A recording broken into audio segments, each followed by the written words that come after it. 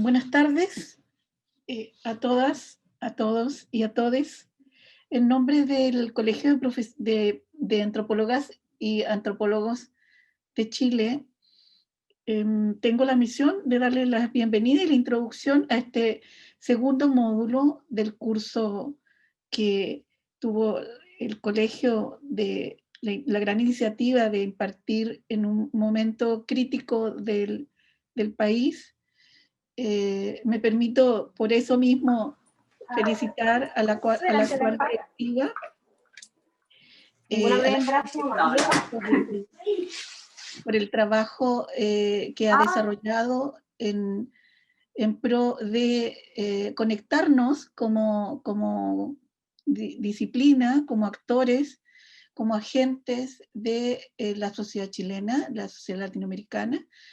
Y insisto en que la oportunidad que tengo ahora no la quiero desaprovechar para promover, seguir promoviendo, seguir participando en actividades como estas, donde podemos compartir saberes y donde podemos proyectarnos también como sociedad, es una actividad colectiva al servicio de la comunidad. Entonces, me toca introducir al módulo 2 de este curso, cuyo título es Diversidad Cultural en los Territorios, eh, donde personalmente me ubico. Quien les habla es Vivian Gavilán, antropóloga iquiqueña, pampina, con identidades territorializadas muy fuertes, y por eso estoy en este lugar, en este módulo, para dar inicio a estos contenidos que nos tocan abordar ahora, que tienen que ver con la distribución de cómo se vive la diversidad cultural en lo que hoy día llamamos Estado-Nación de Chile, ¿no? Entonces, la organización de la actividad se ha propuesto partir hoy, 20 de octubre, y termina entonces el martes 10 de noviembre, ¿no? Vamos a iniciar la reflexividad sobre lo que pasa con los procesos históricos, socioeconómicos, socioculturales y socioétnicos que se han desplegado en lo que hemos denominado geográficamente macro zona centro-sur, para ubicar un espacio relativo de referencia, y vamos a continuar luego con la macro zona norte, en la cual yo voy a estar presente también. Continúa con Oceanía, con el pueblo Rapa Nui, para terminar con la macrozona austral.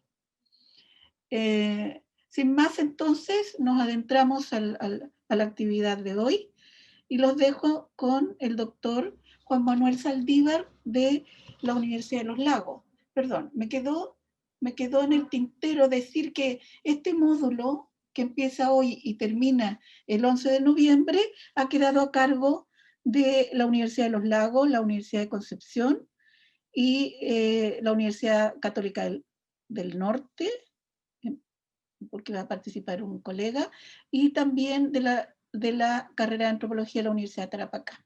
Los dejo entonces ahora, sí, con nuestro colega Juan Manuel Saldívar. Hola a todos, a todes. Muy contento por estar acá, por representar la Universidad de los Lagos, junto con nuestro colega Amílcar Forno y también con Ricardo Álvarez, un gran amigo nuestro, un amigo de grandes batallas. Agradecemos, Vivian, gracias de verdad por la introducción, por avanzar y también por el compromiso, ¿sí? A Pamela y a todos los que hemos estado avanzando en esta trinchera. Y bueno, un saludo para todos ustedes también, todos aquellos que están en sus casas, esperando que se encuentren muy bien todos. Vamos a iniciar con tres temáticas que vamos a avanzar como parte de este módulo que coordina, que vamos a avanzar coordinando con la Universidad de los Lagos. La primera parte, bueno, presento a los ponentes, a los invitados de hoy. Está nuestro amigo Ricardo Álvarez, antropólogo. Ricardo es estudiante del doctorado en Ciencias Sociales. Es un gran conocedor de las temáticas relacionadas con el sur austral, particularmente la influencia, digamos, o los territorios desde Chiloé hacia las zonas del sur austral, Fuego Patagonia. Y Ricardo, entre Ricardo y, bueno, en esta conversación conmigo y con Amílcar también, vamos a abordar temáticas relacionadas con los contextos históricos, la colonización española y la creación del Estado-Nación. Presento también a Amílcar Forno. Amílcar es antropólogo de formación, Amílcar es estudiante de doctorado en educación, Amílcar es profesor, investigador de la Universidad de los Lagos y, bueno, profesor de nuestra carrera de antropología. Y Amílcar va a avanzar con una temática relacionada sobre educación y pueblos originarios. Y finalmente voy a estar conversando, yo voy a moderar, yo soy Juan Saldívar y voy a moderar, digamos, esta sesión y te voy a estar avanzando, digamos, tratando de intervenir de alguna manera o de alguna forma, digamos, conversar sobre algunas cosas que he investigado y que ha sido básicamente los contextos históricos y culturales entre Chiloé y las conexiones con Fuego Patagonia. Entonces yo lo he denominado Chiloé y la influencia cultural en Fuego Patagonia. Esas son las temáticas que vamos a abordar hoy para todos, Juan digamos. Manuel, Avanzamos, ¿sí? disculpe que te interrumpa. Llegó, pudo conectarse Salvador. Ah, fantástico, muy bien. Sí. Muy bien. Muy bien, Partimos gracias. Anúncialo. Sí, bueno, presentamos también a nuestro amigo Salvador Rumián. Salvador Rumián es profesor e investigador de la Universidad de los Lagos, profesor también integra parte del claustro de nuestra carrera de antropología.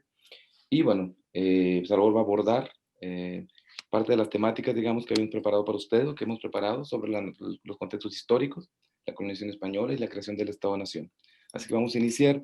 Iniciaremos con nuestro primer ponente, que es Salvador Rumián. Salvador no logra escuchar bien. Salvador tenía algunos problemas de conectividad. Ahora sí escucho bien. Ah, fantástico. Muy bien, Salvador. Bueno, chicos, vamos a iniciar nuestra conversación. Salvador, bueno, ya te presenté algunas de las temáticas que vamos a abordar y nos interesa, Salvador, un poco ir avanzando sobre esta perspectiva de la comprensión sobre los contextos históricos, la colonización española y la creación del Estado-Nación. Así que, Salvador, tienes alrededor de 10 a 15 minutos para avanzar, igual para cada uno de los chiquillos, Ricardo y Amílcar. Voy. Bueno, Mari Monco Taimon, Puchel Catulelo, Postunmo, Inche Salvador Rumián Tapinguelos, Haititañui, Osorno Fachante Tapinguelos, Haitachimapu, Inche Main Antoine Quiñipichi Cosau, Chumuachita Kumpai Haitachi Invasión, o mi que Winka Kupali Haiti ni Rakisamengon, ni Kimunengon, Tainchenta Taimapu, Chantainchen Petumunguien, Tabachante. Bueno, mi nombre es Salvador Rumián, como ya mencionaba Juan Manuel, el tiempo es bien cortito, entonces yo voy a tratar de ser lo más sucinto posible, ¿ya? Yo les voy a comentar que en términos técnicos, mi computador está actualizando el Windows 10, entonces se tiende a pegar, por eso es que tuve problemas de conexión al inicio, así que si me llego a pegar, me pueden decir por el chat, yo voy a estar atento ahí a poder repetir todo ese tipo de... Un detalle, el tiempo es más largo, se alargó el tiempo, no está Prosperina, así que se alargó el tiempo. Ya, genial. Veo en el chat varios saludos a Luzanza Bullicha, eso está muy bien. Ya, les voy a presentar digamos, algunas diapositivas bastante sencillas, espero que les guste, en términos estéticos y también en términos de contenido, aunque el contenido, por cierto, siempre va a ser discutible y siempre va a ser controversial, yo creo. Y si no fuera así, sería bastante aburrido. Entonces, la idea es tener ciertas conversaciones, si es que se alcanzamos, obviamente, a poder trabajar estos temas, ¿no? Se me fue la pantalla aquí, si me dan un segundito, ahí estoy. La pantalla número 2 la voy a compartir. No sé, ustedes me avisan y me confirman si es que se ve. Se ve bien. Se ve muy bien. Ya, aquí se me adelantó un poquito. Ya, colonialismo a la futa Willimapu, no sé cómo agregarle otro nombre a estas pequeñas ideas que voy a compartir con ustedes hoy día. Señalar en términos muy generales que como mapuche siempre consideramos que la situación de colonialismo, la situación de régimen colonial está plenamente vigente. No es un periodo de la historia que va, como nos enseñaron en la básica, allá entre 1598 a 1810. Esa es una visión que también es discutible dentro de la historia e historiografía chilena. Yo creo que eso igual debe estar en discusión dentro de esos ámbitos. Ahora, desde la perspectiva mapuche o mapuche, el régimen colonial está plenamente vigente. Eso podríamos decir como la primer acercamiento a lo que tiene que ser la formación del Estado-Nación chileno en territorio mapuche. Como seguramente ya en el discurso van viendo, no voy a hacer mención del caso de Puelmapu, que es el caso de lo que hoy es Argentina. Ya, rápidamente, en términos de cómo voy a concebir estas ideas que voy a compartir con ustedes, en base a la idea del Meli Mapu, que es la concepción, como ustedes ven ahí, horizontal mapuche del espacio. Hay una concepción vertical también, dándole esta idea de tridimensionalidad, pero ahora solamente me voy a centrar en el aspecto horizontal, que se denomina o que se trabaja a través de la conceptualización mapuche como Meli Huichan Mapu. Eso ustedes lo han visto seguramente en el Culture, ¿no? Aquí no voy a decir nada que seguramente no hayan visto anteriormente. El Culture tiene representa muchos símbolos, muchos conceptos, muchas abstracciones. Una de ellas es la orientación espacial, lo que les decía, ¿cierto? Esta dimensión horizontal del espacio. Ahí distinguimos 4 puntos principales de orientación, que son los opuestos complementarios, como también se denomina muchas veces. Y allí tenemos dentro de la ordenación lógica mapuche empezamos con Puel, Ngulu, ahí está escrito en Asumchefe, se me olvidó agregarle una N. Tapuel, síganme no más que con las letras, con el sonido. Tapuel, que es el este, Ngulu, que es el oeste. Después tenemos Wilji, que es sur, y tenemos Picún, que es norte. Eso desde la perspectiva del Chesungun o Chesungun, que es la variante territorial de la zona en la que estoy yo, que ahora es la zona de Osorno. De esta zona, ¿cierto? Hay una forma particular de hablar lengua mapuche, que es el Chesungun. A todo esto lo voy a escribir acá abajo. Que no es una variante ni es un dialecto del Mapudungun. No, tanto el Mapudungun como el Mapudungun, el Chedungun, el Chesungun de acá, ¿cierto? Son todos variantes del idioma mapuche general. Esa es una perspectiva también política y que también genera harto debate hoy día, tanto fuera del mundo mapuche como dentro. Bueno, entonces, ¿para qué ver esto? Básicamente porque hay conceptos y categorías que surgen de esta idea del Meli Huichan Mapu, que están expresadas a través de combinaciones de términos. Yo pesco el Meli Huichan Mapu, ¿cierto? Los 4 puntos que nos orientan en el territorio, en el espacio, en la dimensión horizontal, y agrego las palabras Mapu, que es territorio, tierra o porción del espacio, y Che, que es gente. Y con eso empiezo a crear categorías que me permiten nombrar grupos humanos ubicados en determinados puntos del espacio, o en determinadas ubicaciones del espacio. Reitero, en el espacio horizontal. De ahí surge la idea de Huilliche, Picunche, Nguluche, Puelche, como ustedes ven ahí. Ya, ¿y por qué ver esto? Porque desde la perspectiva de la que esbozo este trabajo, todos estos conceptos anteriores que he nombrado, ¿cierto? Huilliche, Picunche, Puelmapu, Willimapu, entre otros, que se derivan de esta idea de Meli Huichan Mapu, son reflejos de la diversidad del pueblo mapuche, de este colectivo que es único, pero que es diverso. O sea, hay un sentido de unidad, pero también esa unidad no es homogénea. O sea, no hay que confundir unidad como homogeneidad. Esa es la perspectiva en la cual me sitúo políticamente e históricamente en este trabajo y en mi vida personal también. ¿Y esto por qué? Porque ustedes seguramente, probablemente han escuchado por ahí que existen hoy día ciertas aspiraciones, particularmente en Chiloé, de poder tener el reconocimiento de parte del Estado de Chile de un pueblo huilliche, ¿ya? Cosa que yo también siendo del territorio huilliche, evidentemente no comparto, es lo mismo que la gran parte de la gente, ¿cierto? Y sobre todo de quienes de alguna manera mantienen la lengua mapuche y las expresiones culturales, políticas, religiosas, espirituales más propias de nuestro pueblo, en toda una historia de colonialismo, como ya hacía mención. Entonces, de ahí sitúo el trabajo, ¿ya? De esta idea de la unidad, pero de una unidad que tiene mucha diversidad interna. Ya, dejando establecido ese marco, ustedes pueden discutirlo y pueden alegarlo ahí por el chat. Feliz con que ustedes puedan participar también ahí. Voy a venirme digamos, a la situación actual. La situación actual del pueblo mapuche es la siguiente en términos numéricos. Tenemos 1.745.147 mapuche, o personas que se autorreconocen como pertenecientes al pueblo mapuche, de acuerdo al censo 2017. Eso es un número bastante grande. Si consideramos los hermanos mapuche y hermanas mapuche de Puelmapu, lo que hoy es Argentina, el número debe sobrepasar fácil los 2 millones. un pueblo bastante grande. En el caso de Ngulumapu, o lo que hoy es Chile, la mayor parte de los mapuches y las mapuches vivimos en zonas urbanas. De cada 10, 8 estamos en la ciudad. Que eso también eso responde a una historia, eso responde a ciertas situaciones que no sé si las voy a alcanzar a poder describir en detalle hoy día, pero de alguna manera, y adelantándome un poco, el que hoy día la mayor parte estemos en la ciudad responde a todo un proceso de usurpación de territorio y también de usurpación cultural y particularmente de ciertos derechos colectivos. Y el más importante, quizás a mi juicio, el de la libre determinación. Ya. Entonces, de ahí más o menos se sitúa, digamos, la situación del pueblo mapuche hoy día. La mayor parte, 8 de cada 10, son urbanos. Ahora, ¿cómo estamos distribuidos en términos espaciales? Ya, este es digamos, una captura de Google Earth, ¿cierto? No sé si estará bien pronunciado Google Earth. Y ahí la que quiero mostrarles rápidamente es cómo nos distribuimos hoy día en términos de las actuales regiones que tiene Chile. Vamos a ver que la mayor parte de la población mapuche, en términos de distribución regional, está en la región metropolitana. Después, en la región de la Araucanía.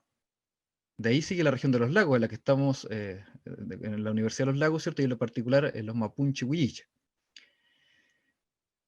La región del Biobío, después viene la de los ríos, y una cosa que me llamó mucho la atención es que Valparaíso está dentro de las regiones que tienen la mayor cantidad de población mapuche, dentro de las 6 primeras. Y no deja de ser interesante que si uno se pone a revisar que la región metropolitana sea el principal atractor de población mapuche, no deja de ser bien interesante en términos digamos, de un proceso histórico de despojo y de usurpación.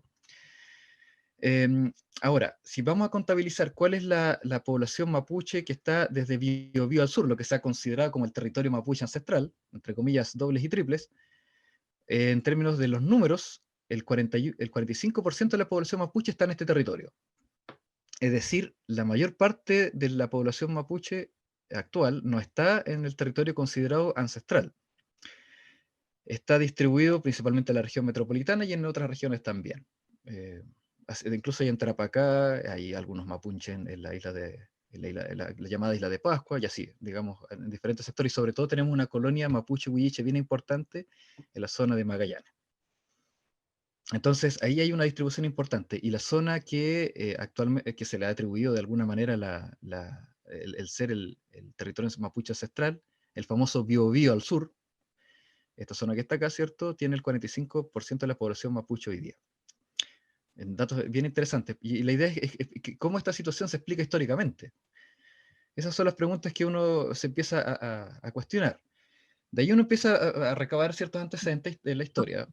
Y bueno, aparecen muchas referencias, de las cuales la que más me llama la atención es la que presenta Luis de Valdivia en su arte de la lengua mapuche, digamos, que es de la lengua del Reino de Chile, perdón, que es el primer tratado o el primer documento, primer trabajo que aborda la lengua mapuche, el de 1606, un trabajo maravilloso. Si ustedes lo pueden leer alguna vez, van a observar que la lengua mapuche en 400 años se mantiene prácticamente igual. Obviamente con las variaciones territoriales esperables, pero básicamente sigue siendo la misma lengua. Y él al inicio, o abre su texto, abre su trabajo con una extracto que es muy citado en diferentes trabajos que he podido ver, ¿cierto? Que es que la lengua de Chile es una sola entre lo que es Coquimbo, bueno, estamos hablando de 1600, cuando él realiza sus observaciones, hasta Chiloé. 1200, 1300 kilómetros de extensión deben ser aproximadamente, en los cuales se hablaba una sola lengua. Eso nos da a entender de que el pueblo mapuche tenía una extensión territorial bastante amplia. Y de alguna manera, el que exista hoy día una gran cantidad de población mapuche en Santiago tampoco sería tan raro, en la vista que desde antes de la invasión europea, antes de la invasión española, ya estaba el pueblo mapuche instalado en lo que hoy día conocemos como Santiago. De ahí vienen revisando más antecedentes, ¿cierto? Ya vamos a llegar al punto, espero que trato de hacer esta parte introductoria lo más rápido posible, que históricamente el grueso de la población mapuche siempre ha estado en la zona verde que ustedes ven acá, que actualmente se conoce como la región de la Araucanía. también conocido como los territorios Nakche, de la zona de la provincia de Arauco, y Mayeco también, Arauco-Mayeco, estas dos provincias que están entre la región del Biobío y la región de la Araucanía, son parte del territorio Nakche, y también el territorio Huenteche, que está un poquito más hacia el sur y tirándose a la cordillera, digamos, y en ese espacio de esas dos agrupaciones mapuche, Nakche y Huenteche, de alguna manera históricamente siempre ha estado ahí el grueso de la población mapuche históricamente, y un poco menos tanto en la parte norte como en la parte sur, de acuerdo a lo que habíamos visto del Meli Huicham Map. Y de alguna manera esta distribución se ha roto, digamos, ya no se mantiene en términos originales, y vemos que, como hace un rato esto mostré, desde la zona de Santiago de alguna manera ya ha traído buena parte de la población, y entonces ha habido un cambio en esta distribución histórica que ha tenido el pueblo mapuche. Dado que aquí le puse Ranginche, Ranginche es como la gente del medio, cosa que no lo van a pillar en ningún libro, traté de buscar una alternativa para no colocar Huenteche ni Nakche. Ranginche es la gente del medio, porque aquí estaba el grueso de la población y desde este centro relativo hay un norte, el Picún Mapu, y hay un sur, que es el Huillimapu, donde están los Picunche, la gente del norte, y los Huilliche, la gente del sur. Omití, como ustedes ven, a todo el caso de todo lo que tiene que ver con Puel Mapu. Ya, entonces vemos que ya se rompió esa distribución de población. Esta, de alguna manera, en términos de la productividad, estas zonas muy, muy interesantes, de mayor productividad agrícola, el clima es un poquito más agradable, podríamos decir. Hay harta agua, no acá, que aquí es más complicado porque hacer sistemas de regadío, acá en el sur llueve bastante. Entonces, evidentemente, esta zona es un atractor de población en forma histórica, mapuche, porque tiene mejores condiciones ambientales, ¿no? Ya, entonces vemos que hoy día hay un resquebramiento, o sea, se quebró esa distribución que tenía en algún momento la población mapuche. Y aquí lo importante es empezar a ver que el pueblo mapuche no ha tenido una historia homogénea. Hay diversidad tanto en lo cultural, en la forma de alimentación. No es lo mismo vivir en la Fken Mapu, ¿cierto?, en el territorio costero, que en el Pehuen Mapu, que es el territorio de las Araucarias. Evidentemente hay diferencias de altura por tipos de alimentación. eh, la montaña te moldea de alguna manera, el mar también te va a moldear de cierta manera. Entonces, ciertamente hay diversidad. Esa diversidad siempre ha estado. Ahora, eso también tiene cierta relación con los procesos de invasión, porque evidentemente en la parte norte, al ver menos población, fue más fácil el proceso de invasión y de sometimiento por parte de los españoles en su momento, ¿no? Santiago, el 12 de febrero de 1541, ya marca un quiebre y esa zona se pierde. Bueno, ya tenía cierto control incaico también, obviamente no había la autonomía mapuche que sí había más al sur, pero todavía había una importante población mapuche en esa zona, ¿no? Y finalmente, en el Parlamento de Quilín, Tratado del Parlamento de Quilín, los mapuches como pueblo renuncian a toda la parte norte, cosa que evidentemente es bien complejo de poder analizar en términos de como uno como persona mapuche común y corriente, ¿no? Renunciar a todo un espacio territorial que es bastante grande por lo demás. Eva hace una pregunta, claro, no hablaban mapuzungún, eso es difícil saberlo, pero sí hablaban lo que hoy día conocemos como idioma mapuche, desde Coquimbo hasta Chiloé. ¿Cómo se llamaba la lengua mapuche? Es una gran pregunta. ¿Cómo se llamaba? No les voy a dar la respuesta hoy día porque tampoco tendría todos los elementos para decir cómo se llamaba. Lo que sí les puedo mencionar es que la lengua mapuche recibe diferentes nombres dependiendo de la zona. Los pehuenches le llaman a la lengua mapuche, le llaman chedungún, así suena, chedungún. Cuando estuve en la zona de Arauco, en la provincia de Arauco, ellos también le llamaban chedungún. Mapuzungún, en la zona, yo estudié en Temuco, entonces ahí sí me acostumbré al uso mapuzungún, que es la forma como ellos nombran la lengua mapuche. Y acá la zona roja que ustedes ven acá abajo, de esta imagen, ¿cierto? Es la zona en la que estoy ahora, que es donde se llama la lengua mapuche, se llama Chazungún. Entonces, casarse con un solo nombre, no sé si sea, digamos, una recomendable, por lo menos desde la perspectiva de la que estoy haciendo este trabajo. Ya, volviendo al tema. Como ustedes ven, los procesos de invasión son diferenciados.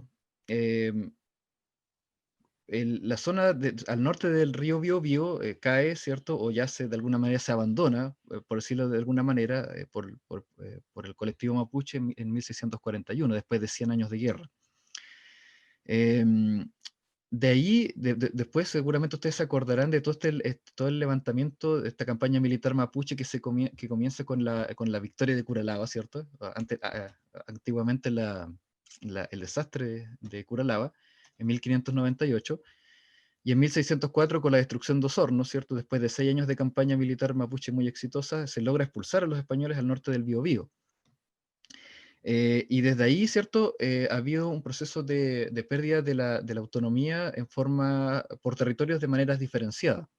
Lo que sí señalar que Castro, toda la zona de Chiloé, no pudo nunca poder, de alguna manera, liberarse del yugo español. Damaris, como hacía mención, desde nuestra perspectiva que estoy haciendo este trabajo y de una perspectiva política dentro del contexto mapuche, el Chesungun no sería una variación del Mapuzungún, sino que el Mapuzungún y el Chesungun son realizaciones concretas de un idioma mapuche general. De alguna manera, ambas son variantes. Ahora, lo que pasa es que históricamente las variantes que están acá al centro, ¿cierto? Como le hacía mención en el mapa anterior, a ver, aquí. Ay, perdón. Aquí, como siempre ha estado el grueso de la población en esta zona, las variantes de la lengua mapuche que más se mantienen con mayor fuerza, digamos, son estas, que son las que se hablan en la zona de la actual región de la Araucanía. Entonces, como acá ha habido menor cantidad de hablantes, históricamente, eso de alguna manera va a explicar por qué algunos nombres de la lengua mapuche, como el mapudungún o el mapuzungún, son más potentes o tienen mayor visibilidad que los nombres mapuche de las zonas más periféricas, podríamos decir. Claro, aquí hablamos de ocupación. En el caso de la pregunta de Ana, ¿cierto? Acá en Puelmapo, ¿cierto? Había una convivencia mayor con otros grupos o otros pueblos, y en algunos casos pacífica, en mayor parte, ¿cierto? Fomentada por los lazos de matrimonio, y en otros casos también bélica. No es mi especialidad el caso de Puelmapo, así que no me podría referir a aquello. Acá en la zona del Chiloé sí, hay los mapuches con los chonos generaron una especie de mixtura de la cual desconozco los detalles porque tampoco es mi especialidad, digamos, esta zona, que generó una cierta particularidad de los mapuches en esta zona, mezclado o de alguna manera amalgamado con los chonos.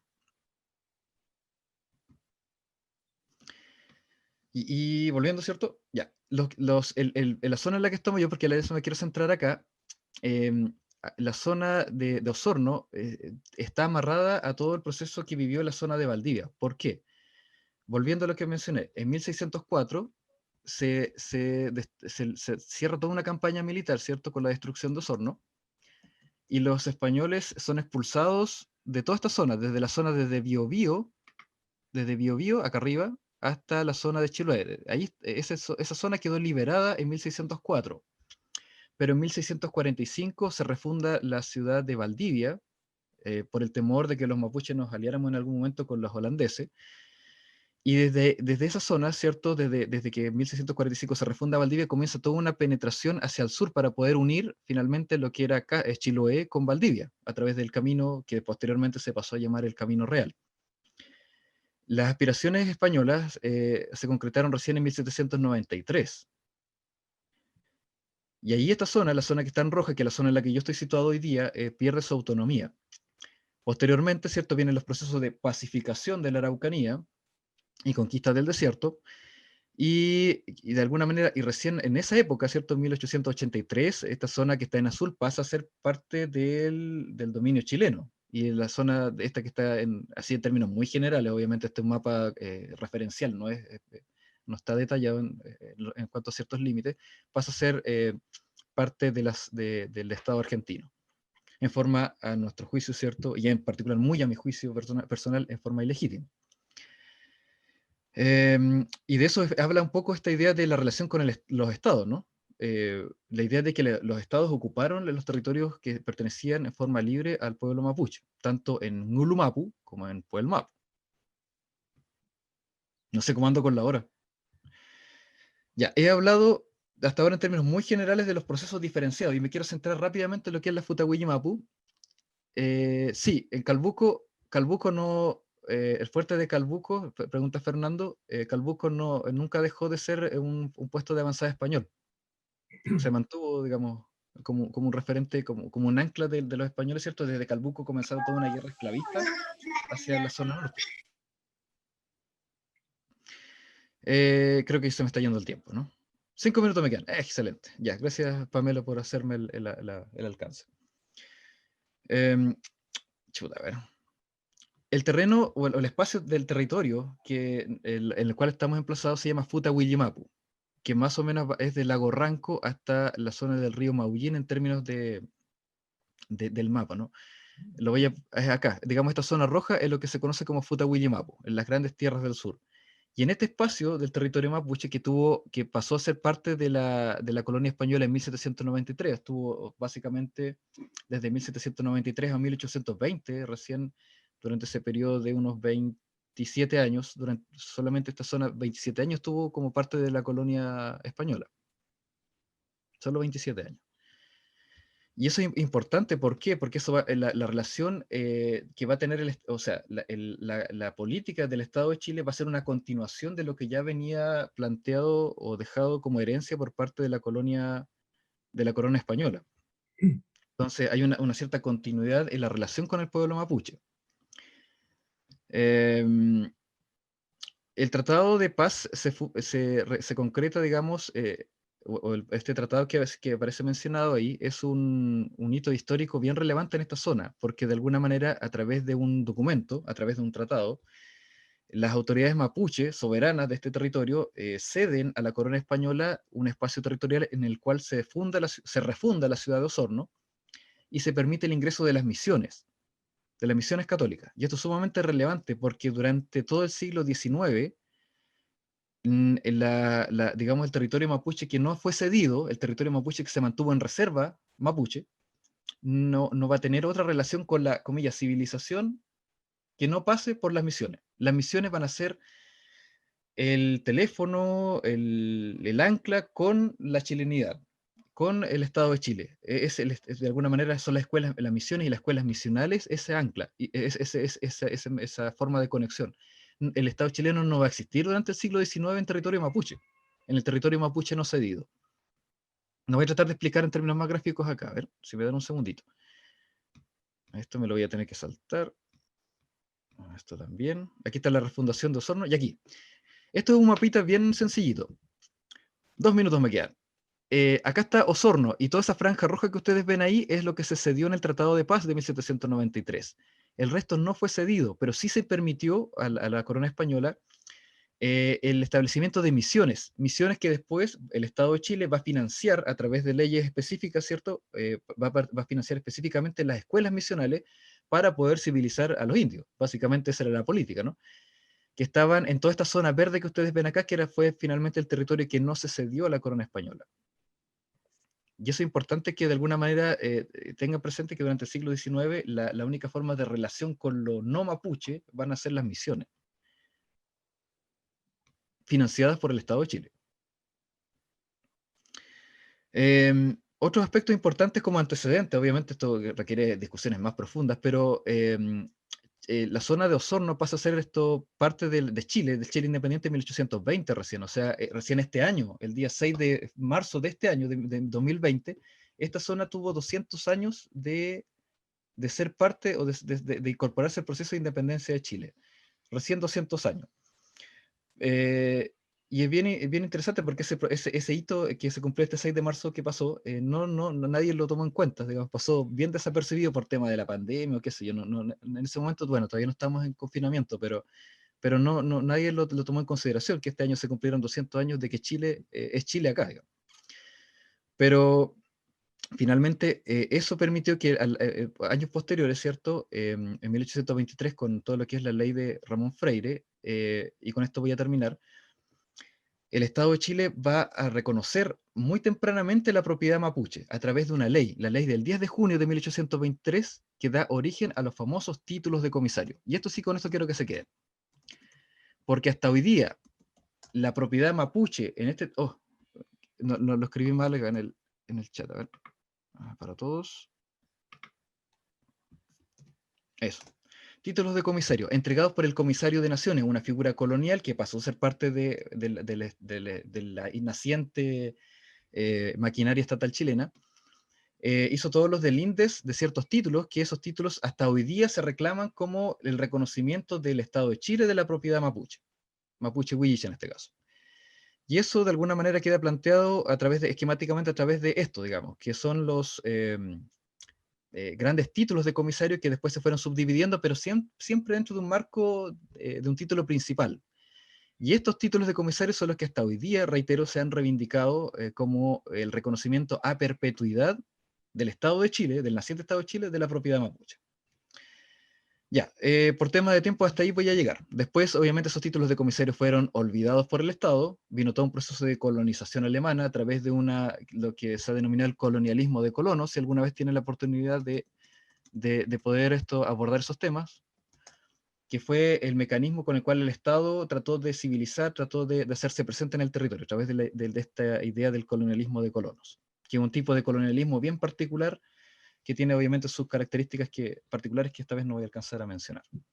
Eso, ya, hasta aquí nomás lo voy a dejar. Espero les haya gustado esta síntesis muy, muy resumida de lo que ha pasado en el territorio mapuche huilliche, que se diferencia del todo el proceso de pacificación de la Araucanía y de campaña del desierto que tuvieron, digamos, otros territorios mapuche. Muy bien, gracias, Salvador. Muchas gracias. Vamos a continuar en el contexto histórico, digamos, y vamos a avanzar hacia el sur con la intervención de Ricardo Álvarez, y que nos va a hablar Ricardo, digamos, va a reforzar esta discusión desde los corrales de pesca, es decir, cómo la representación de los corrales de pesca aluden, digamos, a una construcción histórica también, ¿sí? Y manifestación cultural mapuche huilliche. Adelante, Ricardo. Gracias, Juan Manuel. Buenos saludos a todos. Perdón por la carraspera, pero voy a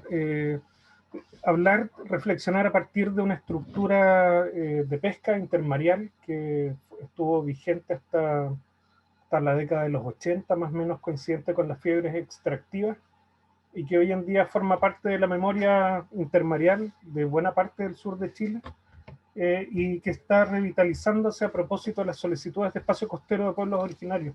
Entonces me pareció importante poder presentar de qué se trata, ponerlos en valor, porque hasta hace muy poco eran invisibles, extremadamente invisibles dentro de la literatura, dentro de las investigaciones y dentro de los procesos políticos, territoriales.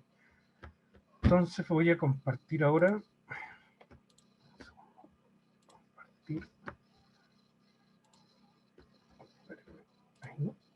Ahí se ve. Corrales de pesca. Esta es una fotografía de un corral de pesca de don Roberto Peranchiguay. Esto es Isla Caguach, probablemente uno de los últimos corrales de pesca en uso. La fotografía es del año 2008 y don Roberto todavía en aquella época practicaba un ritual que se llamaba Treputo y que tenía que ver con la interacción de la población isleña con el mar, y desde una perspectiva bastante particular, muy distinta a la de un objeto que contiene recursos.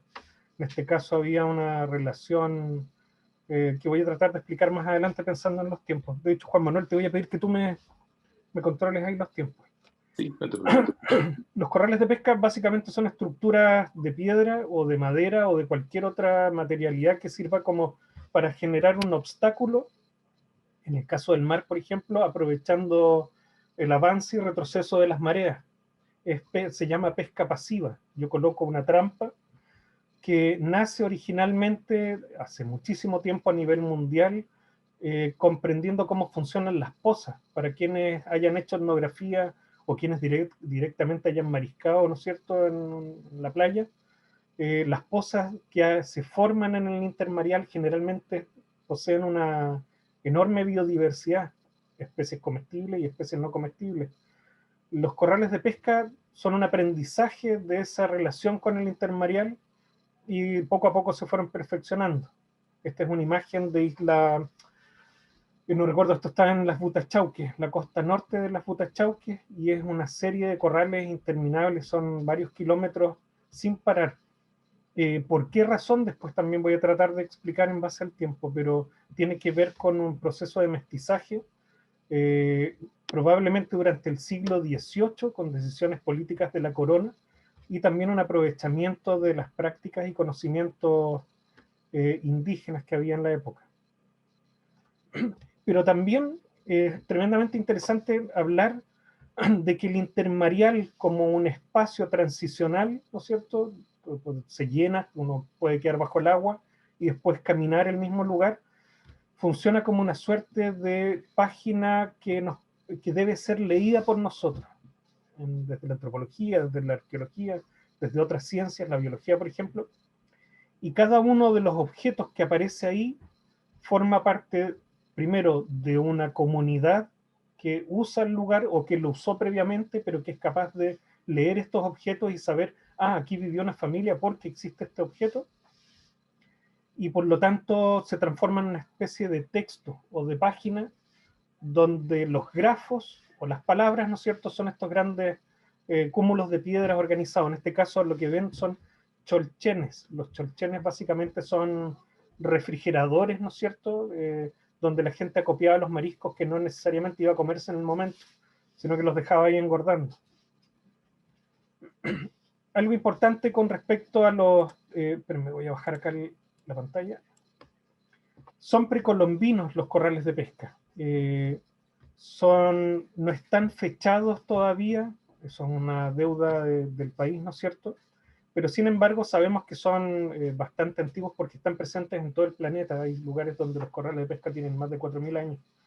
En el caso de Chiloé, sabemos que existen antes de la llegada de los españoles por crónicas hispanas, pero se masifican a una escala tal que probablemente el mar interior de Chiloé sea el que contenga la mayor concentración global por kilómetro de costa de corrales de pesca, lo que habla de una particularidad cultural que se generó aquí en esta transición entre el continente y el nacimiento de los archipiélagos y viceversa, en este movimiento entre lo hispano, lo huilliche, ¿no es cierto?, pero también lo canoero.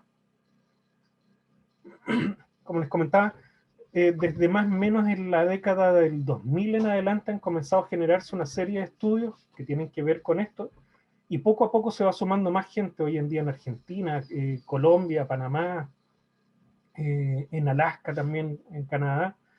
Están empezando a recobrar. Es increíble que algo tan monumental como un corral de pesca como el que se ve en la fotografía ahí haya quedado invisibilizado desde el siglo XIX, más o menos la última época en que se hablaba de manera cotidiana de corrales, por tanto tiempo. Y bueno, aquí aparecen algunos autores de los que están trabajando en diferentes lugares a propósito de los corrales, tanto desde la arqueología como también desde la antropología y desde procesos políticos.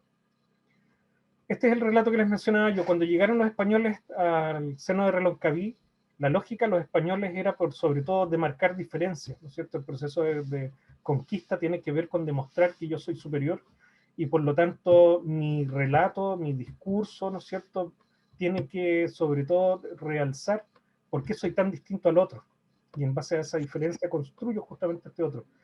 Y los corrales de pesca fueron uno de los pocos elementos que permitieron a los españoles buscar afinidades. Cuando ellos dicen, por ejemplo, halláronse sardinas de las que llaman en nuestra España arencadas, y así se halló el arte de aquellos corrales con que lo toman en Rota en las costas de Cádiz. Se está refiriendo a los corrales que observaron acá en el seno de Reloncaví. Estamos hablando de mediados del siglo XVI. Hay corrales que hoy en día también incluso nos permiten ver cómo se mueve la tierra. Recuerden que muchos relatos de pueblos originarios hablan precisamente de cómo se sumerge, cómo se levanta la tierra que ellos experimentaron y lo convirtieron, ¿no es cierto?, en mitos de origen, o en relatos, en cuentos.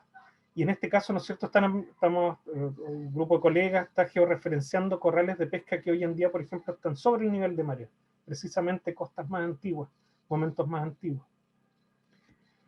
Y como para describir de qué se trata, acá hay algunas imágenes de islas del mar interior de Chiloé desde el año 2004 con un grupo grandote de personas. Lo que hemos hecho es estar georreferenciando corrales y al mismo tiempo construyendo o armando en realidad carpetas de relatos etnográficos para darles sentido.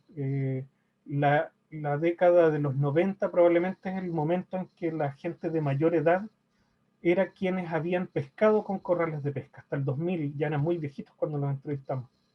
La gente anciana de hoy en día fueron niños que vieron cómo se pescaba. Por lo tanto, el costo para nosotros como etnógrafos de haber perdido la posibilidad de haber hecho más entrevistas, ¿no es cierto?, es grandota, porque precisamente esa gente anciana era la que había aplicado los rituales, el tributo, ¿no es cierto?, había fabricado los corrales. Tenemos relatos que son re interesantes, por ejemplo, de familias indígenas de la costa de Punta Chile, que contaban cómo armaban unas redes con manila, con fibras vegetales gigantescas, y con yuntas arrastraban bloques erráticos que pesan toneladas, y poco a poco iban construyendo la estructura más sólida del corral de pesca, siempre como un ejercicio comunitario. Básicamente hay dos tipos de corrales marinos: corrales de piedra, sobre todo de cantos rodados, y de varas trenzadas. Los primeros, los de piedra, son los más resistentes y son los que existen hoy en día. Uno los puede ver en Google Earth. Están abandonados, ya no hay peces, la fiebre extractiva y la salmonicultura hoy en día tiene el mar convertido en un acuario desierto. Por lo tanto, a pesar de que existan corrales, ya no quedan pescados atrapados. Y por otro lado, los corrales de varas son fungibles, se deterioraban rápidamente, entonces requerían que la comunidad constantemente tuviese que estar restaurándolo en un ejercicio colectivo. Lo interesante con los corrales de varas es que la gente recuerda el lugar donde estaban, a pesar de que hoy en día la playa sea de barro. Ellos dicen, aquí había 1, 2, 3 o 4 corrales de pesca y pertenecían a tal o tal familia. Esta es otra imagen de un corral de varas trenzadas en San Juan, comuna de Alcagüe, y es re interesante porque presenta, a veces los corrales tenían una o más compuertas levadizas.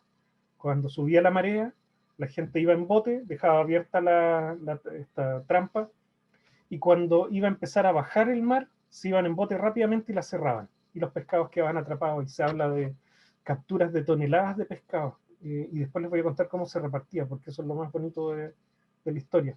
Pero también hemos estado georreferenciando desde hace hartos años atrás corrales fluviales, y estos hoy en día están prohibidos por ley. La ley de pesca deportiva prohíbe la pesca, obviamente de salmones, que son un tema económico. Se trata de una pesca precolombina. Si uno empieza a seguir corrales fluviales como estos, por ejemplo, puede recorrer toda Latinoamérica y seguir hasta el hemisferio norte, y recorrer el mundo. Como están prohibidos, la gente siempre tiene temor a contar la ubicación y señalar que efectivamente pescan, como en la foto de acá abajo. Y este corral, asociado a estos embúos grandotes que se llaman yoyes, también es marino. Esto está en Isla Guar, entonces una estructura transicional también. Y como les contaba, también forman parte de estos otros grafos que hay en el intermareal, varaderos de embarcaciones, los senderos de bajamar, que son antiquísimos y perviven todavía y son usados, y los cholchenes que les mencionaba hace un momento atrás. Y si miran Google Earth, van a ver lo que yo les decía, que básicamente el intermareal se transforma en una especie de hoja que yo puedo comenzar a leer, y sobre todo la lectura de estas estructuras lo que me habla es de un modelo de vida particular, donde la división entre mar y tierra es una transición. Eso es bastante distinto a cómo es la lógica legal hoy en día, que divide ambos cuerpos. Esta foto la he mostrado hartas veces y es adrede. Esto es Isla Apiado, en la comuna de Quinchao, y lo que ven acá abajo es un sistema de corrales que pertenece a una familia en particular. Los corrales pertenecían a un apellido. Para acceder, por ejemplo, a la pesca de corrales existían varias posibilidades: por parentesco, si me casaba con una hija del dueño, ¿no es cierto? Si fallecía uno de los antiguos propietarios, también podía tratar de acceder a esto. Por lo tanto, había una propiedad privada sobre el espacio intermareal. Sin embargo, existían reglas acordadas por la comunidad que impedían que yo acaparase lo que se pescaba dentro del corral de pesca. Lo que hacía la comunidad, por ejemplo, lo que hacían los propietarios, era, una vez que quedaban muchos jureles o muchas sierras, salir caminando o salir a caballo por la isla, avisándole a todos los vecinos: oigan, quedaron muchos jureles atrapados en el corral, vengan a sacar. Cuando venían las familias con sus sacos a sacar del corral de pesca, se les llamaba collis, que es mirón. Y lo interesante del caso es que en este caso lo que ocurre es que la propiedad privada es vulnerada por las propias normas consuetudinarias de la comunidad. Por lo tanto, a pesar de pertenecer a una familia, aquí el tema de los bienes comunes funciona normado, y la ritualidad, ¿no es cierto?, del tributo volvía a reforzar ese ejercicio. Aquí no hay bienes privados, aquí lo que hay es una estructura que pertenece a una familia, pero donde el alimento que queda ahí, ¿no es cierto?, tiene que distribuirse equitativamente entre las familias que viven en el lugar. Esta es una imagen, una recreación del Preputo, que claramente es un ritual de origen huilliche, donde especies de tierra, sobre todo de horticultura, ¿no es cierto?, eran enterradas, dejadas en el lugar, y una vez que subía el mar, se esperaba que se transformasen en peces. Se usaba mucho plantas aromáticas, chaumán y otras especies. La gente, cuando las entrevistamos, nos decían que lo que ellos asumían era que cuando los pescados llegaban al corral de pesca con la marea alta, sentían el olor de los congéneres que habían muerto. Por lo tanto, esta era una forma de engañarlos. En algunas entrevistas que hemos hecho en Tenauna, pescadores de hoy en día que usan espineles, los más viejitos, por ejemplo, nos decían que ellos todavía pasaban chaumán por humo y se azotaban o azotaban los espineles, pero lo hacían escondidas de los pescadores más jóvenes porque se burlaban de ellos. Entonces es una práctica que todavía está vigente y es recordada, pero se hace con disimulo. Otro aspecto importante de los corrales, ¿no es cierto?, es que nos hemos dado cuenta que, al igual que las pozas de baja mar, funcionan como un pequeño ecosistema donde no necesariamente lo que hay ahí es solo para comer. En este caso hay una relación con el intermareal re interesante porque se provee de espacios para que se multipliquen especies. Esto es algo que también ocurre en el hemisferio norte y resulta re interesante porque finalmente es una forma de interacción entre un modelo de vida particular, que fue indígena, que después, ¿no es cierto?, se transforma en un modelo consuetudinario insular en Chiloé, y que genera esta suerte como de provisión.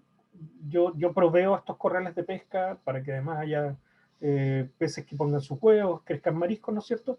Y yo sé que eso va, por ejemplo, provocar que la naturaleza sea generosa conmigo. Por lo tanto, un ciclo bastante positivo. Y finalmente, algo trágico que ocurre hoy en día tiene que ver con los cambios drásticos en los modelos de vida.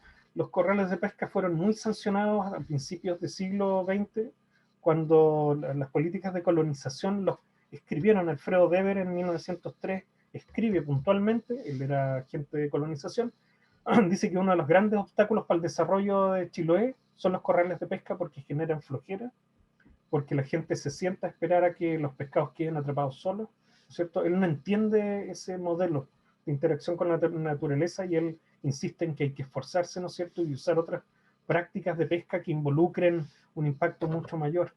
Y así también, no sé, se quemaron los bosques y era la misma lógica. Y esta imagen a mí me parece re interesante porque muestra este choque violento, sobre todo en la racionalidad con respecto al acceso a los espacios y a las especies. Por un lado los corrales, que ya relaté toda esta interacción positiva, y al fondo concesiones acuícolas donde ninguno de esos peces va a ser comido por los vecinos que viven en ese mismo lugar. A nadie de una casa de la orilla se le ocurriría ir allí y decir, permiso, vengo a sacar un salmón para el almuerzo. Esos salmones, ¿no es cierto?, están creciendo hacinados, están tensionando las funciones ecosistémicas del mar interior a tal grado que lo están destruyendo, y el objetivo es sacar esos salmones, convertirlos en dinero, y ese dinero se va para el extranjero. Por lo tanto, aquí lo que ha cambiado es un modelo de vida completo al costo de que ya es imposible volver a reproducirlo. Y como para ir terminando, algunas imágenes donde además los corrales de pesca, incluso estando protegidos por la Ley de Monumentos Nacionales, son destruidos justamente por este cambio en el uso del mar. En los ríos, por ejemplo, se mete preso a la gente, y siempre piensen que las concesiones acuícolas ocurren bajo la lógica de la propiedad privada extrema, la competencia extrema. Cuando se sancionan, hay corrales de pesca que fueron destruidos por retroexcavadores, ¿no es cierto?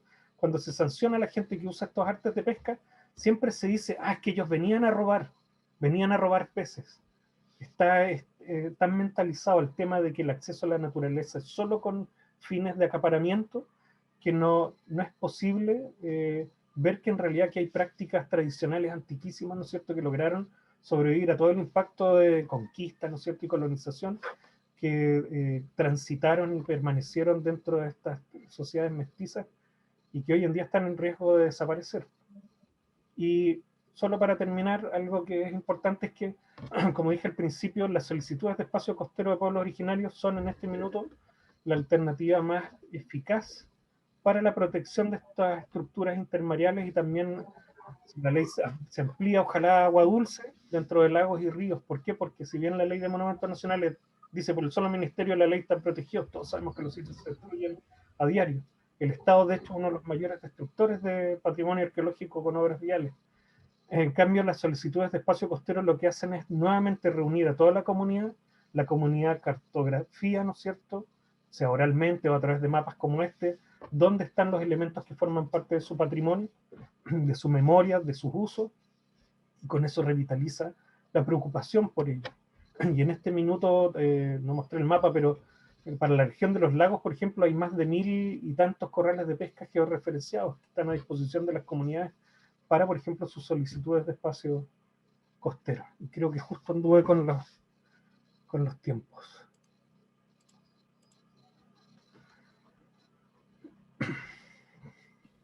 Gracias, Ricardo. Gracias por tu presentación, un trabajo muy interesante, igual que el contexto histórico interesante que nos brindó nuestro colega Salvador Rumián. Y vamos a continuar con nuestro siguiente invitado, Amílcar Forno, con una temática relacionada con la educación superior. Así que, Amílcar, tienes, 10, 15 minutos para avanzar. Vamos con tiempo. Buenas tardes. Les voy a hacer una intervención bastante breve, pero que me parece que justamente va a poder permitir de alguna manera que la vinculemos con lo planteado anteriormente por Salvador Rumián y también por Ricardo Álvarez, ¿cierto? Y que tiene relación con la educación superior y los pueblos originarios. La educación intercultural y los pueblos originarios, la educación intercultural y la universidad, ¿ya? Este curso, digamos, tiene como tema central en los pueblos originarios el Estado en Chile y las amenazas a la diversidad cultural. En este sentido, pienso que la gran amenaza a la diversidad cultural es el currículo universitario monocultural. Se ha reconocido ampliamente que el currículo universitario chileno, al igual como ocurre en otras naciones de nuestro continente, tiene un carácter monocultural, lo que propicia la asimilación cultural de los estudiantes indígenas y de otras culturas que ingresan a las carreras ofrecidas por las instituciones de educación superior en Chile. En nuestro contexto nacional, tanto la escuela como la universidad son instituciones profundamente monoculturales que contribuyen y responden a un proceso social de homogeneización. En general, las instituciones de educación superior mantienen un enfoque curricular eurocentrado, no visibilizan, acogen, ni valoran el aporte de los estudiantes indígenas y afrodescendientes, sus comunidades y especialistas. No valoran el aporte que estas culturas, digamos, estas sociedades, estas comunidades pueden hacer mediante la integración de sus idiomas, su cosmovisión y su historia en el currículum universitario. En otras palabras, la universidad chilena no ha logrado integrar, y en gran medida no pretende tampoco integrar, la diversidad cultural presente en su entorno de influencia, y por lo tanto no propicia curricularmente la inclusión de otras formas de conocer e interpretar el mundo.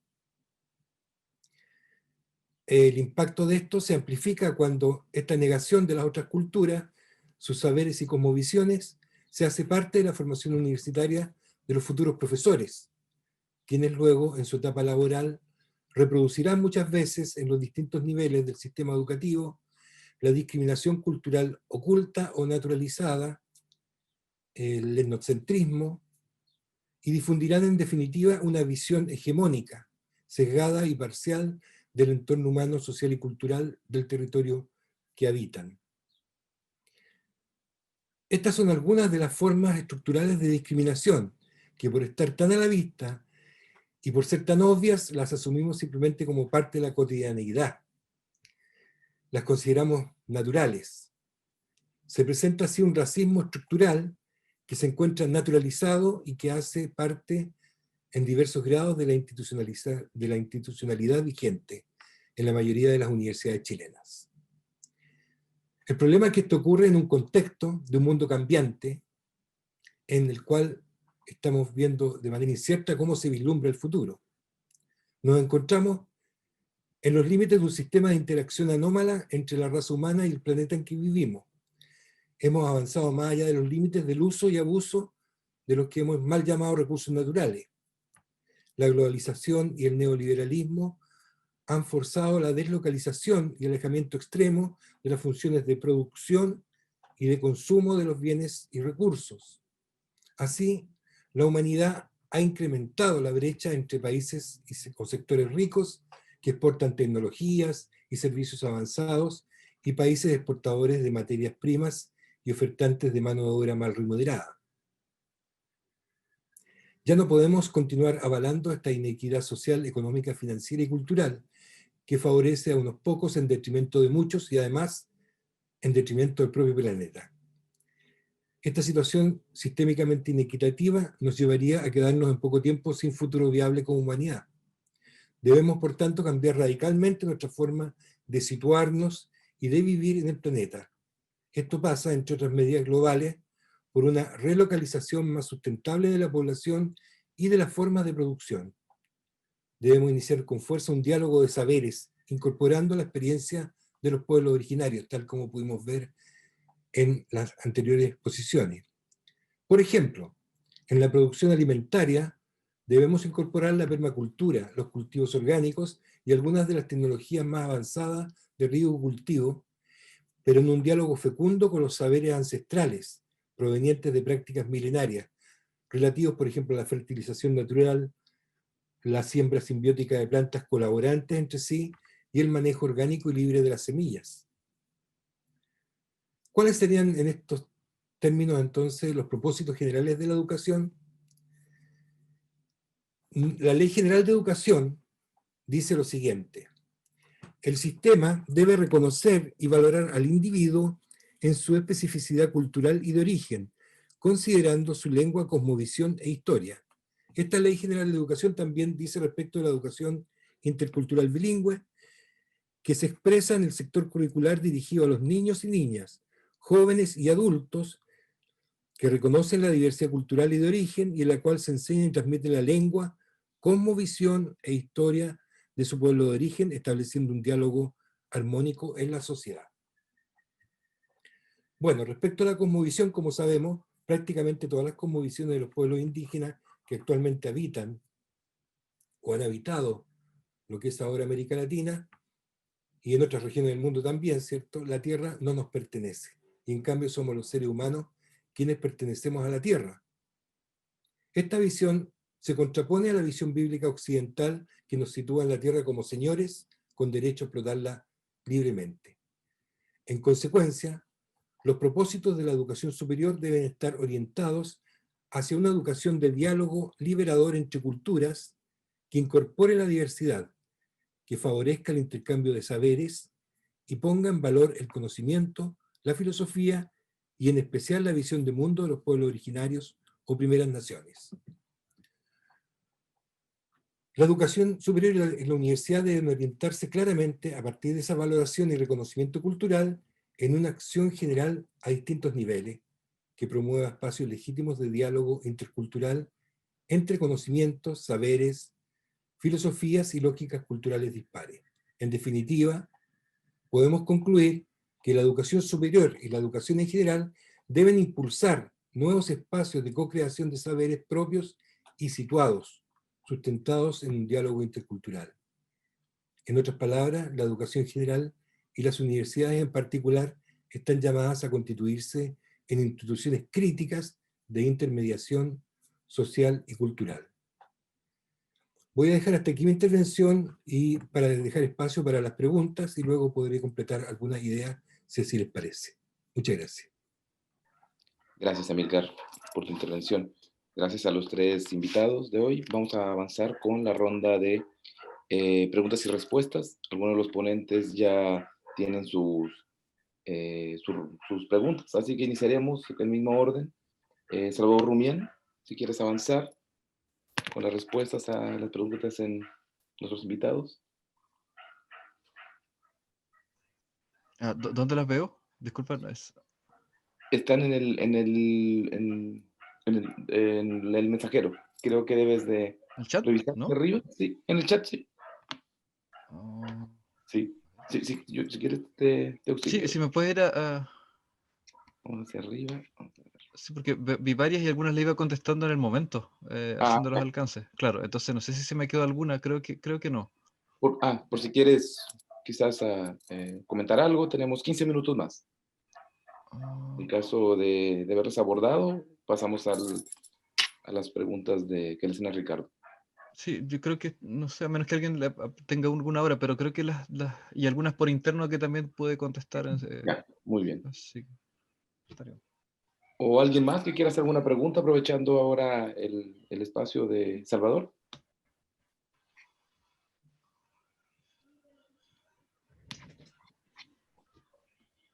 Ya, creo que no hay ninguna. Muy bien. Ricardo, gracias, Salvador. Ricardo, bueno, te envié tus preguntas, así que adelante, Ricardo. Voy a contestar primero la que aparece ahí, Damaris. Sí, hay corrales de pesca. La comunidad indígena Puhuapi de Melinca, por ejemplo, está georreferenciando corrales. Nosotros hemos georreferenciado corrales in situ en el Golfo de Pena, que es justo el límite Cahuéscar-Chono. Y hay menos, no mostré una imagen, pero los corrales de pesca tienen que ver con la forma del intermareal. Los intermareales de cantos rodados, de playas de barro, con amplio despliegue, favorecían la ocurrencia de ese tipo de prácticas de pesca.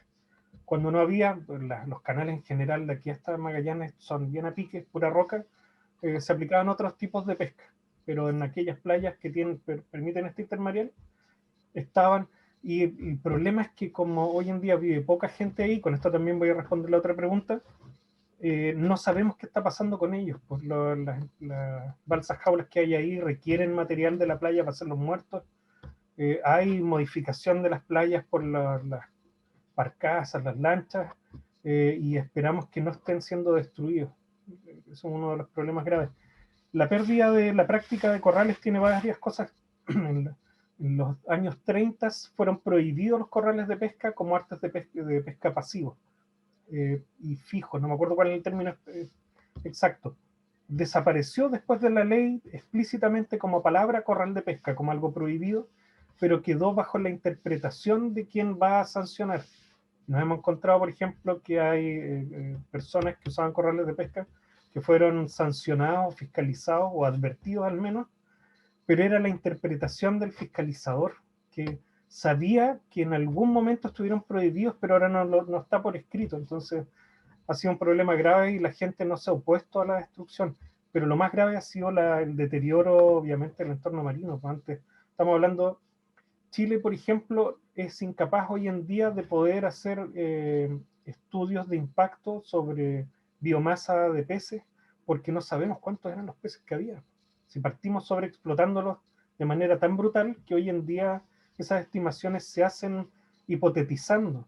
Los corrales de pesca son de la época en que sí había muchos peces, y todos los relatos que tenemos nosotros hablan de cardúmenes gigantescos en las costas, y hoy en día no están. Yo soy chilote, yo cuando era chico iba al muelle de Chonchi con un tarro y con lienza. No era necesario colocarle carnada a los anzuelos porque los jureles se amontonaban tanto en el mar que lo que tirábamos eran arañas y ensartábamos jureles. Eso lo alcancé a ver yo, lo alcancé a ver también en Canal Beagle. Sacábamos merluzas a patadas, no era necesario, o con sacos. Eso desapareció y eso fue hace muy poco. Y mientras sigue el modelo de desarrollo, mientras sigue la industria salmonera funcionando así, menos todavía, va a ser mucho más difícil recuperar eso. Ricardo, quizás, digo por interrumpirte, estoy leyendo la pregunta de Damaris. Qué interesante pregunta. Y bueno, en este contexto quisiera preguntarte algo más. ¿En qué lugares se localizan, digamos, siguiendo a Damaris, en qué lugares del sur austral, digamos, existen registros de corrales de pesca, digamos, estén siendo utilizados o no? Pues, ¿y a qué elementos se encuentran asociados? Te hago esta pregunta porque, bueno, mientras investigaba o etnografiaba Chiloé y algún contexto fue Patagonia, fue muy complicado notar o encontrar o localizar información relacionada con las migraciones de los chilotes, perdón, con las migraciones de huilliches hacia Argentina. ¿sabes? O sea, regularmente el huiche está muy relacionado con su tierra o asociado y difícilmente migraba. Entonces, ¿se encontrarán asociados los corrales de pesca en el sur austral, digamos, a través de la migración de los chilotes hacia... Por ejemplo, conversando con un amigo que es cahuéscar, José Tonco, que de hecho tiene una especialización en antropología, el José también se acuerda de que, por ejemplo, hubo muchos campamentos chilotes por todos los canales. Y lo que hacían los chilotes rápidamente era aplicar esta práctica que es súper... la primera inversión de esfuerzo se hace cuando lo construye y después lo dejan y simplemente lo aprovechan. Y lo mismo hicieron, una yéndose hasta el Cabo de Hornos y regresando, una y otra vez, ¿no es cierto? Los puertos eran de uso recurrente, por lo tanto es probable que haya corrales todavía o restos de corrales allí donde hubo puertos. La mayor concentración está en Chile, pero hay también en el Golfo de Penas, hay también en el Canal Beagle, hay en el Estrecho de Magallanes, por todos lados. Y muchos de ellos asociados, los lleganes también reconocen que los corrales que ellos conocieron estaban asociados a campamentos chilotes. Y lo otro, se me fue. No recuerdo cuál era la otra pregunta. Dice acá... sí. Cuando uno mira el mar interior de Chiloé, tienes que pensar en la costa de la Isla Grande, con comunidades asociadas a apellidos, ¿no es cierto?, históricas, y la cordillera que estuvo despoblada hasta hace muy poco, siglo XIX, ¿no es cierto?, pero tenían este tránsito hacia los alerces, ir y volver, ir a explotar las encomiendas, la gente que iba forzada, y los huilliches y después los chilotes, en ese ir y venir recurrente, dejaron una cantidad de corrales de pesca gigantescos por toda la costa del continente y que están asociados a ese ir y venir este-oeste. Claro. Mira, hay una pregunta acá, Ricardo. Dice, hola Ricardo, ¿las razones para el cese de la práctica fue la escasez de productos o la pérdida de generaciones de relevo? ¿O parte y parte, donde podría reactivarse si se dieran las condiciones? Una ya lo dije, fue la captura forzada de Chiloé, la incorporación forzada de Chiloé a la República de Chile, implicó la imposición de normas que se han ido agudizando en el tiempo, ¿no es cierto? Cada vez es más difícil para alguien que vive en el borde costero poder usar su espacio. Cada vez hay más restricciones, que esto no se puede, no puedes hacer esto, no puedes navegar, no puedes mariscar, etcétera, etcétera. Eso por una parte ha dificultado, ¿no es cierto?, que la gente use abiertamente prácticas que eran tradicionales, porque se da cuenta que en realidad está todo prohibido. Y por otro, lo más importante es la pérdida de los peces, pues el objeto ya no sirve para su función original. Sí se usan hoy en día, por ejemplo, para copiar algas, luga, pelillo antiguamente, porque el pelillo también está desapareciendo. Van renovándose los usos. En Canadá, por ejemplo, se usan como, les dicen clam garden, que son jardines de almeja. Un corral de pesca que queda lleno de arena, se transforma en un espacio súper pródigo de almejas. Sirve también para mariscar. Entonces, es multifunción dependiendo de las circunstancias que van ocurriendo en el tiempo. Mira, acá Ana nos comenta, nos pregunta en realidad, ¿las zonas de corrales de pesca hoy son propiedad del Estado? Pregunta Ana Telis. La pregunta buena. Preguntarle a la gente de quién es el intermareal. Pues el intermareal, yo soy chilote, es de los chilotes. Ahora el Estado quiere privatizar todo, pero se va a enfrentar a los chilotes y a todos los que vivimos en el sur de Chile, sobre todo las comunidades, ¿no es cierto?, con la ley Lafkenche. Mientras más figuras como la ley Lafkenche ocurran, mejor, porque definitivamente hay elementos como el agua, como el intermareal, el mar, el aire, que son comunes y no pueden privatizarse. Claro. Una última, Ricardo. Dice Antu Campus Merino. Ricardo, ¿existen antecedentes etnográficos con respecto a los corrales de pesca en Isla Caicue, Lagartija, en Calbuco? ¿Existe información? Sí, me tocó trabajar justamente en el proceso, la primera parte del proceso. Identificamos corrales de pesca, hay un conchal grandote que lo usan los pingüinos para nidificar. Y después un colega nuestro que se llama David Núñez, que ha hecho etnografía espectacular por todo el sur de Chile, ahora se fue al Garrobo, está con el proceso Chango, hizo etnografía, si mal no recuerdo, en la zona sobre los corrales de allá. La isla Caicue fue un espacio comunitario usado desde diferentes puntos de la costa. No era propiedad de una comunidad, sino que lo que hemos visto es que de diferentes lugares de la costa de Calbuco, Canal de Chacao, iban a la isla Caicue a proveerse de mariscos, mientras mariscaban, si sube la marea, aprovecho el corral de pesca. Entonces, era común. Muy bien, Ricardo. Gracias. Vamos a darle la posibilidad de responder a Amílcar, porque nos quedan 5 minutos. Amílcar, hay una de, bueno, hay varias, te leo algunas, sí. Yo veo Eh, como ¿Tú ves? Maldonado que existe un trabajo Ya, para mejorar el enfoque eurocentrado de la escuela y la universidad, y si las hay, podría mencionarlos.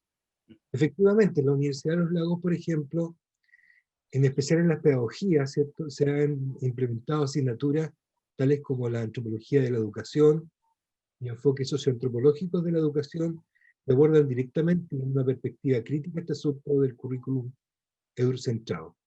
Por otra parte, de manera bastante original, la Universidad de los Lagos, en la búsqueda inicial de un cambio frente a las problemáticas señaladas, ha implementado, en conjunto con la Dirección Regional de CONADI, programas de formación técnica y profesional dirigidos específicamente a estudiantes mapuche.